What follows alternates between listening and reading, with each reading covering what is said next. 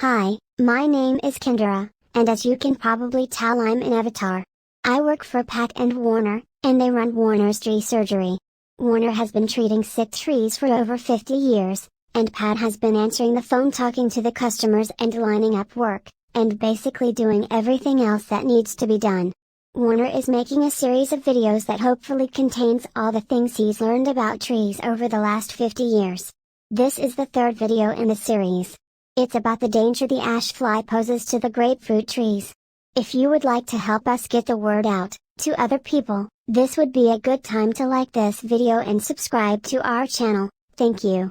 Grapefruit trees have the same problems as other citrus trees. They have problems with insects, with being overpruned, with being watered incorrectly, and if they're in a lawn they can be killed by someone using a weed whacker.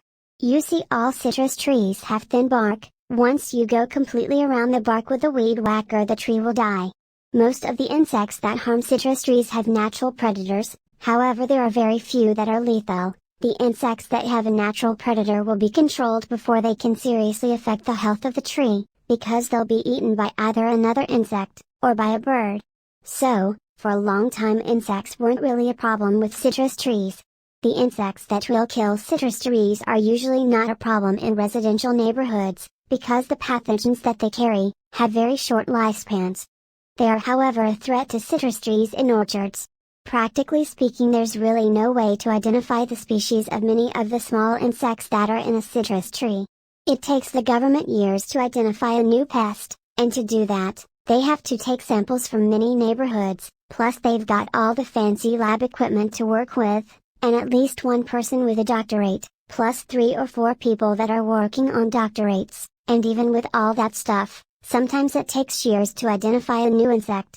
If you go to my website at Warner's Tree Surgery, come and look at the section of it on citrus trees, you will see many insects that carry disease, and generally the leaf damage looks alike.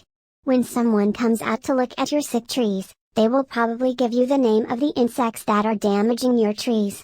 However, in most cases they're just telling you something that makes them sound like they know what they're talking about. What's important to know is that there are 2 insects that have no natural predators.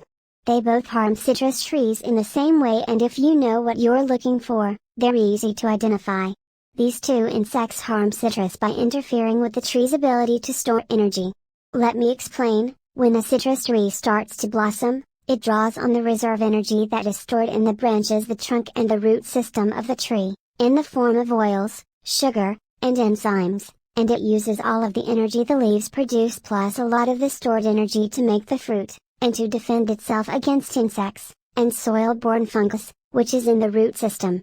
When the fruit is finished, the tree starts putting the energy back into the roots, the branches, and the trunk. It's like putting money back in the bank. After you've taken it out for an emergency. If the tree has damaged leaves, or if it's overpruned, or if it doesn't get enough water, the reserve energy gets depleted. In the case of the insects that damage the leaves, that I'll be talking about in a minute, it takes about 4 years to deplete the stored energy of a tree. So, the 2 insects that have no natural predators, are just as bad, as are the few insects that are known to be lethal to citrus trees, and at any rate, most of those insects take about 10 years to kill a tree.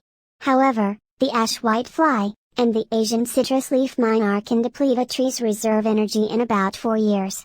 When that happens, the tree is unable to defend itself against excessive heat, lack of water, overpruning, or the fungus, and the virus, that the ash fly carriers. You can tell when this happens because the leaves will start to die on parts of the tree, and they'll be white instead of green. What to do? Well, you must control the insects, and you do that by spraying the citrus trees with Organicide 3 and 1. You spray the trees 3 times a year. You spray in February, April, and in November. Each one of those months, you need to spray the tree 3 times, 7 days apart. I recommend using a Chapin sprayer that you can get from Amazon, for about $30. It attaches to a hose. You put the Organicide 3 in 1, into the Chapin sprayer, and you spray the tree. It should only take a few minutes, you don't need to go crazy on it. If you spray it and 5 minutes later it drains, you're alright, you don't need to respray. After you've sprayed the tree, you need to fill the sprayer up with water and spray it all out, Then you need to take it inside and wash it out with warm soapy water. If you don't, you will ruin the sprayer with one spraying. It took me 2 years of spraying to get my citrus trees back to where they should be, and I haven't had to spray them since, and that's been about 6 years ago. The way you can tell that the spraying is working is that in the spring, the leaves that the tree puts out will be larger, and more healthy looking. Well, that's about it for this video. In the next video I'll cover pruning and watering your citrus trees. I hope this helps you with your citrus trees. Please subscribe to this channel and hit like, and if you live within 30 miles of Mesa, Arizona and you want Warner to come out and look at your trees, just give us a call. The number is 480-969-8808. Thanks and goodbye.